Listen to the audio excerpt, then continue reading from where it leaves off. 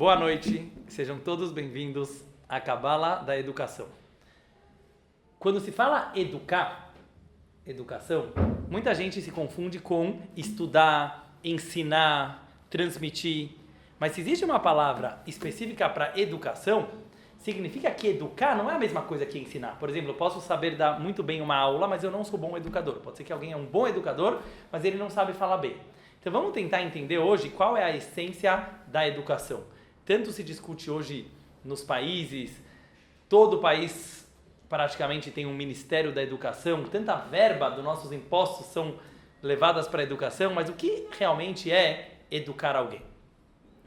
Para entender isso, eu queria fazer com vocês uma análise do que está acontecendo na nossa geração, que aparentemente não acontecia tanto, pelo menos, nas gerações anteriores. Em primeiro lugar, nós notamos que os jovens e as crianças de hoje cada vez estão mais apáticos. O que significa uma pessoa apática?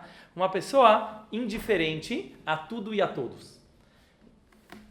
Se você pega um pouco da história do povo judeu ou da história da humanidade, de uma forma geral, os jovens, eles sempre eram aqueles que levantavam revoluções, que se entregavam para novas ideologias e que tentavam de alguma forma transformar a visão das gerações anteriores.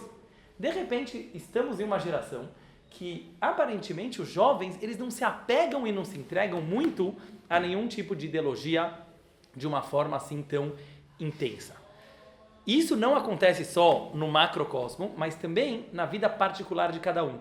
Eu dou aula em escola, por exemplo, e também aqui no Espaço K, a gente percebe cada vez mais a dificuldade de trazer jovens e engajar eles em movimentos, em ideologias. Eu me lembro até há 15 anos atrás era totalmente diferente. Então, cada vez mais o mundo está se transformando nesse sentido e muitos pais e mestres não sabem o que fazer com essa situação.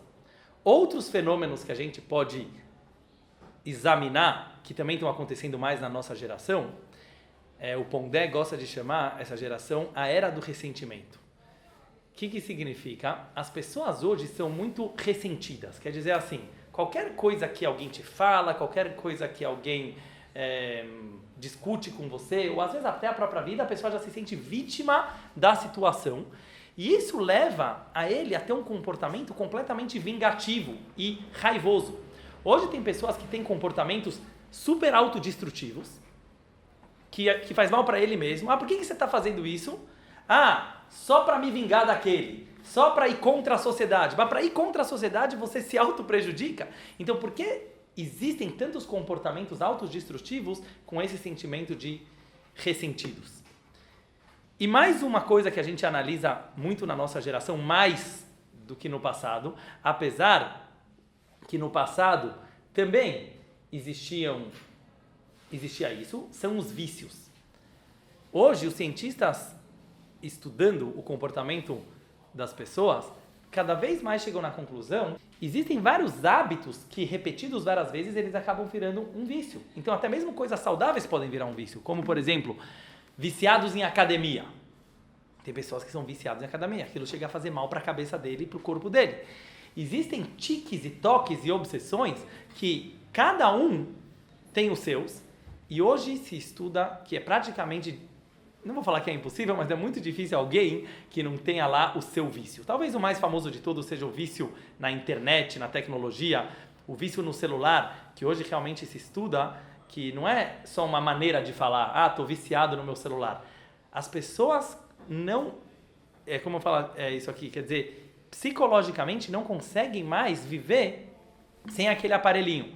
Então, por exemplo, eu estava lendo um artigo que fala que até mesmo no Shabat, né, que os judeus religiosos não usam celular, tem pessoas que sentem o celular tremendo no bolso.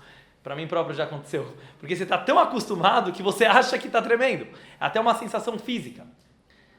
Esse tipo de comportamento nos leva a questionar por que será que justo na nossa geração tantas pessoas estão se apegando a esses vícios? Será que esses três comportamentos que eu mencionei estão ligados um com o outro? Ou seja, será que a apatia, o ressentimento e os vícios, eles estão ligados ou são três coisas ao acaso que a gente pode notar bastante nessa época de hoje? Gostaria de trazer uma passagem da Torá, no qual a gente encontra a resposta para esses comportamentos que a gente estava vendo agora. Uma coisa muito interessante. De todas as 613 mitzvot, 613 mandamentos no judaísmo, 3 lugares apenas o judaísmo fala sobre educação. Fala que os pais são responsáveis pelos filhos. Quais são as 3 proibições da Torá que aparece a seguinte terminologia? Leazir gdolim alaktanim. Os grandes são responsáveis pelos menores. Caso número 1, comer vermes.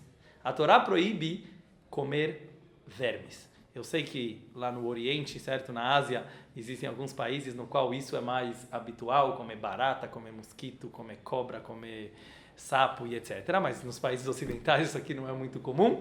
Mas de qualquer forma é uma proibição explícita na Torá. E a Torá fala, os grandes são responsáveis para cuidar dos pequenos, para não comer vermes. Caso número 2, não comer sangue. A gente sabe que o judaísmo proíbe beber sangue ou comer uma comida com sangue. Por essa razão, a carne kasher, ela precisa ser salgada 3 vezes antes da gente ingerir ela. Por isso que vocês veem que o gosto da carne kasher é um pouco diferente da carne não kasher. Um dos motivos é porque 3 vezes ela salga, lava, salga, lava, salga, lava, e aí você pode comer essa carne kasher.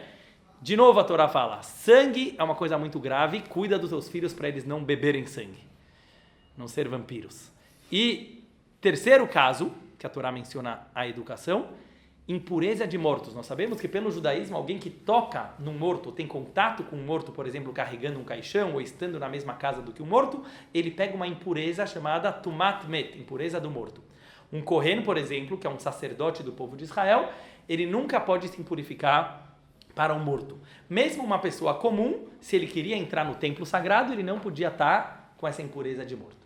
De novo a Torá fala aqui, cuida dos teus filhos para não se impurificarem para o morto. Aí a gente poderia parar para pensar, por que justo nesses 3 lugares a Torá mencionou a educação? E olha que coisa maravilhosa, e a gente vai ver como a Torá é eterna e ela realmente fala de assuntos tão atuais, mesmo que ela foi escrita há milhares de anos atrás. Vamos pegar caso por caso. O que é comer verme? Quem aqui tem vontade? Eu quero comer aquela abelha, quero comer aquela formiga venenosa. Certo? Eu acho que não dá esse tipo de vontade. E a própria Torá fala que realmente a natureza humana tem nojo de vermes. Tem nojo. Mesmo que na China, esses países eles têm esse costume, mas a Torá fala que pela natureza do ser humano, a pessoa se afasta desse tipo de coisa. Então, por que a Torá tem que proibir? Diz o Talmud uma coisa muito interessante. A pessoa que comia verme era para irritar Deus. Olha que interessante. Ela não fazia isso por prazer. Ela fazia só por ressentimento. Existe algum comportamento autodestrutivo no ser humano que ele só se comporta dessa forma para se vingar de alguém. Então seria, olha a analogia que a gente pode trazer para o tempo de hoje. Quer dizer, qualquer tipo de comportamento que a pessoa faça só para provocar meus pais, só para provocar a sociedade, só para mostrar que eu sou diferente. Isso tem a ver com comer vermes. A pessoa faz algo contra o seu próprio corpo em nome do ressentimento dele. Pega sangue. Diz a Torá, por que tem que falar para não beber sangue? Ninguém gosta de beber sangue. A Torá fala que naquela época os egípcios eles eram viciados em sangue. Shtufim bedam. O vício daquela época era sangue. Hoje a gente tem outros vícios. Não existia naquela época iPhone, não existia outras drogas, talvez não existiam, mas de qualquer forma eles eram viciados em sangue. Então a Torá está falando, sangue é um vício, precisa cuidar dos filhos. Impureza do morto. Qual é a analogia, qual é a simbologia da impureza do morto? O que é um morto? Alguém que não tem vida. Alguém que está apático e indiferente a tudo que acontece na sua volta. Então, o que seria um vivo morto? Uma pessoa que ela está respirando, ela está aqui conosco, mas ao mesmo tempo ela se comporta como um morto. Acho que eu já contei para vocês uma vez a história que o grande Reb Mendel Futterfass, ele era um grande Hassid que viveu na época do comunismo na antiga União Soviética e o papel dele era salvar judeus que estavam sendo muito perseguidos pelo regime comunista e ajudar eles a fugirem para os Estados Unidos, para Israel, e ele falsificava passaportes para conseguir isso. No final ele foi preso severamente e foi mandado para a Sibéria, que era a pior de todas as prisões, lá naquela neve. Ele era um cara tão para cima, tão animado, que ele falou, se Deus quer que eu vou para a prisão, é para eu aprender alguma coisa na prisão. Depois ele fizeram livros com todas as histórias que esse rabino aprendeu com os presos que estavam com ele lá na prisão. Um dia, ele foi chamado para ir para um necrotério. Necrotério é aquele lugar que estão cheios de mortos um do lado do outro para reconhecer corpos. E ele passou o dia inteiro nesse necrotério. Ele volta à noite para a prisão. E os amigos da cela começaram a rir da cara dele. E aí, Rabino, qual é a lição que você aprendeu hoje? Duvido que você aprendeu alguma lição lá com os mortos. E o Rabino falou, hoje eu aprendi a lição mais importante da minha vida. Hoje eu entendi o que é um morto. Ele falou, eu passei o dia inteiro mexendo em corpos mortos. São todos gelados, a 1 centímetro daquele que está do lado, e não vira o rosto para falar, bom dia, como vai? Isso é um morto. Então ele falou, o que quer dizer uma pessoa morta? Não é só alguém que já era, que já passou. Pode ser um vivo morto. Uma pessoa fria, que não se importa com quem está do lado dele, não está saudável. Então quando a Torá fala, não se impurifica do morto, está falando de apatia, está falando de indiferença. Agora qual é a pergunta? Nesses 3 casos, você poderia pensar que não tem o que fazer. Como eu curo uma pessoa ressentida, que tem comportamento autodestrutivo? Não é conversando com ele, ele sabe que está se destruindo. Como eu curo alguém que tem um vício? Você acha que é chegando para o cara e falar, fumar faz mal para a saúde? O cara sabe melhor do que você que fumar faz mal para a saúde. Como eu curo uma pessoa indiferente? Joga um balde de água na cara dele? A gente sabe que uma pessoa que ela está às vezes depressiva, que ela está apática e que ela está indiferente para a vida, não é conversando que você resolve. Então você poderia pensar que aqui não cabe educação. Diz a Torá ao contrário. É aqui que começa a educação. Onde você pensa que acabou a educação, é lá que começa. É fácil, sério, o cara quer aprender judaísmo, não quer ensinar, a gente vai conversar, eu vou transmitir, ele vai receber. Educar não é isso. Educar tem um ingrediente muito especial, que talvez é isso que falta na educação de hoje, e que a gente vai tentar trazer agora. Qual é a linguagem que a Torá usa sobre os grandes e os pequenos? A Torá não fala, o grande vai conversar com o pequeno. O grande vai dar lição de moral para o pequeno. O grande vai dar informações para o pequeno. Não. A Torá fala leazhir. A palavra leazhir em hebraico pode ser traduzida como advertência, mas também pode ser traduzida da palavra Zohar. Zohar em hebraico quer dizer luz. O livro Zohar, que é o livro base da Kabbalah, feito pelo Rabbi Shimon Bar Yochai, significa brilho, luz. Sabe qual é a solução? A educação quer dizer ilumina aquela pessoa com quem você está conversando. Ilumina. Vamos tentar então pensar o que significa iluminar alguém. É uma palavra muito bonitinha, mas o que quer dizer botar luz na vida de alguém? Então vamos pensar nas características da luz. A luz tem uma peculiaridade. Ela não acrescenta nada no ambiente. Ela simplesmente deixa você ver aquilo que já tinha lá. Isso é luz. Se eu tenho essa sala totalmente escura, tem tudo aqui, mas eu não vejo. Eu boto luz, eu consigo enxergar aquilo que já tinha. Sabe o que é educar? Não é você transmitir os teus valores para uma outra pessoa, não é você impor a sua opinião para uma outra pessoa. É você revelar que por dentro ela já tem tudo lá dentro. Revelar o potencial daquela pessoa.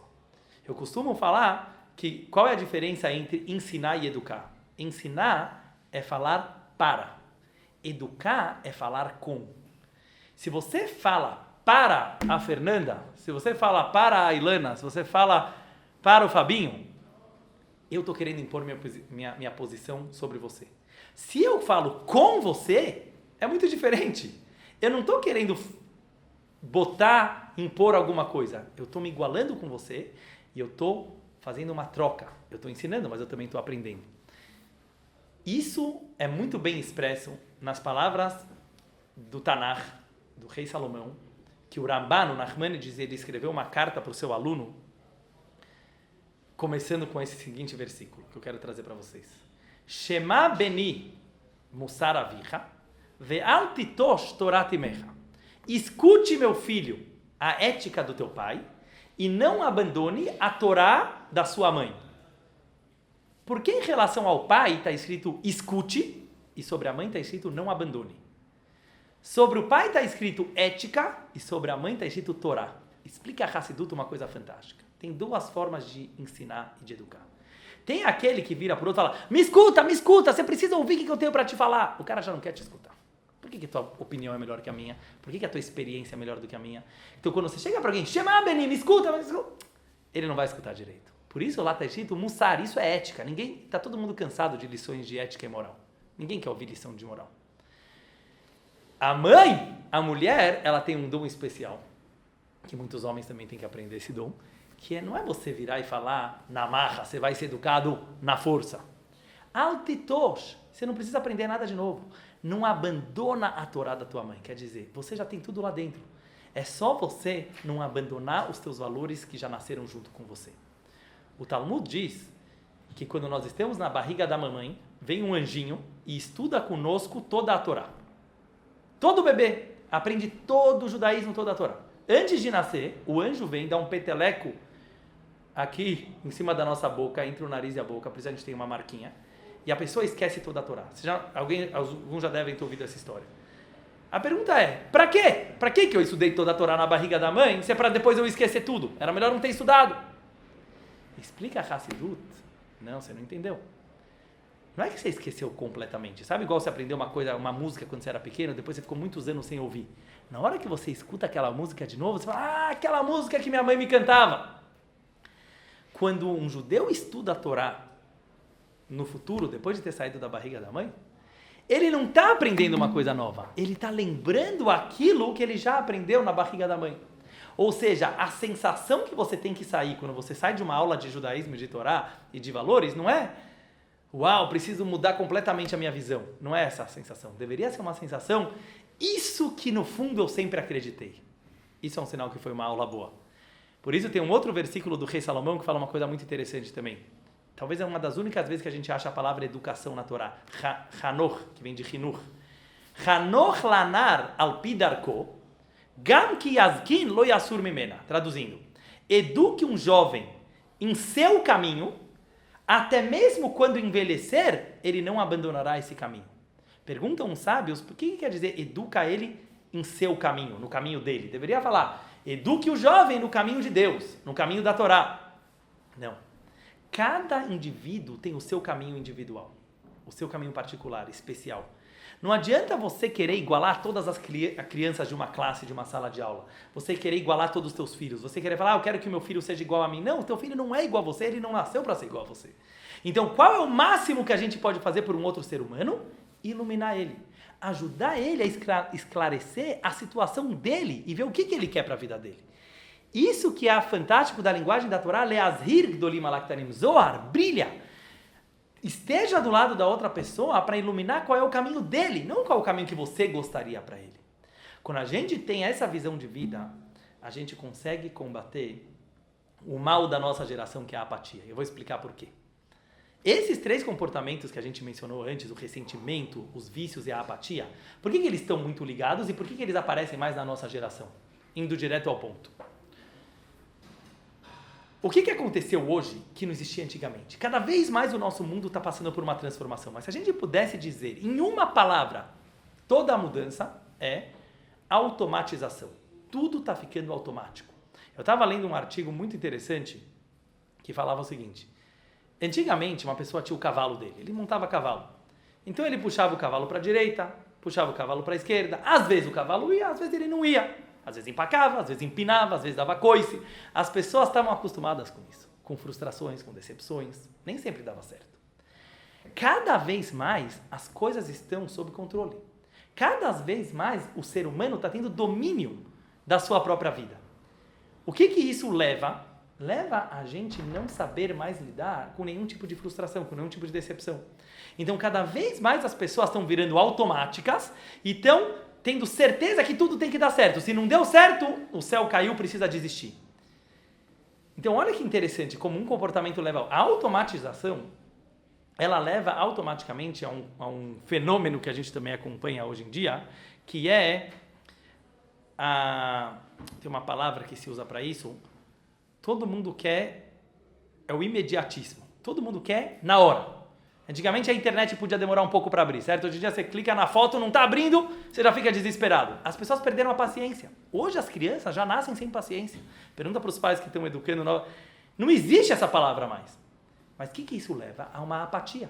Se tudo é fácil, se tudo é sem esforço, se tudo é sem expectativa, não tem mais graça a viver. A apatia, ela leva a raiva contra a vida. Porque se a minha vida não tem sentido, eu preciso começar a achar coisas estranhas para fazer, para a minha vida ter graça. E o que eu vou me pendurar? Nos vícios. Então olha como uma coisa acaba levando a outra.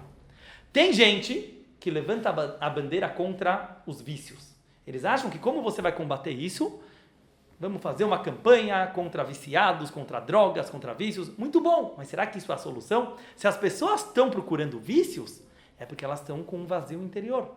Fizeram uma pesquisa muito legal com ratos. Não sei se eu já contei para vocês, que é comprovado e por isso que eu estou trazendo agora, que fizeram na faculdade muito famosa. Primeiro pegaram uma gaiola com ratos e colocaram de um lado comida, bebida, do outro lado um pouquinho de cocaína. Os ratos comiam comida, cocaína, no final era só cocaína, perceberam que era muito mais gostoso que comida, morreram todos os ratos. Colocaram numa outra gaiola, comida, bebida, cocaína, mas um parque de diversão para os ratos. Colocaram roda gigante, colocaram escorregador, que ele cai na água. O que eles notaram? Quase nenhum rato foi para cocaína. Então o que eles descobriram? Uma coisa fantástica. O vício ele só existe quando a pessoa não está curtindo a vida dele. Se a pessoa está gostando da vida dele, ele não destrói por nenhum vício. Então, onde está a raiz do vício? Não no próprio vício, no que levou ao vício. Tem gente que acha que o jeito de lutar contra o mal da geração é vamos lutar contra essas pessoas que são muito raivosas, está todo mundo muito nervoso, vamos virar zen. Vamos só meditar o dia inteiro, vamos virar vegan, vamos cuidar da natureza e através de meditar bastante a gente vai ter muita paz e amor e ninguém mais vai ter raiva. Também é um bom caminho, mas também não soluciona. Você já tentou falar para uma pessoa que está nervosa, fica calmo? O que acontece? Luana, pode falar, o que acontece? Fica mais brava ainda. Porque a última coisa que você quer ouvir, porque se você está com raiva, você acha que você tem razão de estar com raiva, você quer sentir aquilo, você não quer que chegue, você também sabe que você deveria estar calmo, mas você não está a fim de estar calmo. No fundo, a mesma coisa. Você ficar meditando, naquela hora você se acalmou, você ficou zen. Aí você sai do spa com a tua maçãzinha verde que você recebeu lá e vai receber uma buzinada do cara de trás, todo zen foi por água abaixo. Por quê? Porque no fundo você está ressentido. Vem o judaísmo e fala, terceira opção. Por que você não está curtindo a tua vida o suficiente que você fica com raiva da vida ou fica procurando vícios? Essa que é a grande pergunta. E a resposta é que pelo fato que tudo está virando cada vez mais automático e mais fácil, e como eu já falei numa outra aula, isso não vai voltar atrás, não adianta achar que é a solução, como ele fala lá no livro Sapiens, né? Será que era melhor o mundo como era na época dos homens da caverna? Pode ser que era, pensando dessa forma, mas não vai voltar. O judaísmo acredita que toda evolução é para o bem, então isso que tem tecnologia, que tem ciência, que tem hoje em dia iPhone, não é que tem que agora eliminar tudo isso para poder voltar os seres humanos a serem felizes. Por outro lado, com o avanço da ciência, cada vez as pessoas estão mais céticas. O que significa mais céticas? A ciência fez todo mundo duvidar de tudo. Eu não posso mais me entregar com afinco para uma religião, para uma ideologia, porque toda a teoria pode ser refutada. Esses dois fenômenos, tanto da tecnologia como do ceticismo que vem através da ciência, leva a uma situação peculiar da nossa geração, que no fundo os jovens e todas as pessoas da nossa geração estão com uma busca insaciável por um sentido de vida. E eu acho que qual que é a grande novidade, com isso eu quero finalizar, que esse sentido da vida é particular de cada um. Não é uma coisa que a gente vai impor, como acontecia em gerações anteriores, que o pai vai obrigar o filho a seguir uma certa religião. Não funciona mais. Leazhir, chegou a época do Zohar, chegou a época da luz. Você pode perceber que quando você fica feliz, quando você percebe que você faz a diferença na vida dos outros, quando você percebe que você é aceito do jeito que você é, não é muito difícil. Quer dizer, talvez o caminho agora é justamente não se pendurar em nada, porque os jovens hoje não se penduram em nada muito forte, e justamente procurar a resposta lá dentro. Se uma pessoa ela for aceita do jeito que ela é, e ela descobrir que ela veio trazer uma novidade para o mundo, que mais ninguém podia trazer a não ser ela, com isso ela vai ficar muito feliz. Ela vai achar um sentido para a vida dela. Isso é Mashiach, isso é um mundo melhor, e que cada um realmente possa aprender dessas mensagens da Torá, o que significa educar os outros, o que significa se educar, que é muito mais do que simplesmente adquirir conhecimento, que isso tem tudo no Google bastante, mas é principalmente a pessoa descobrir o conhecimento que vem de dentro dele. Obrigado a todos. Quem tiver perguntas pode fazer.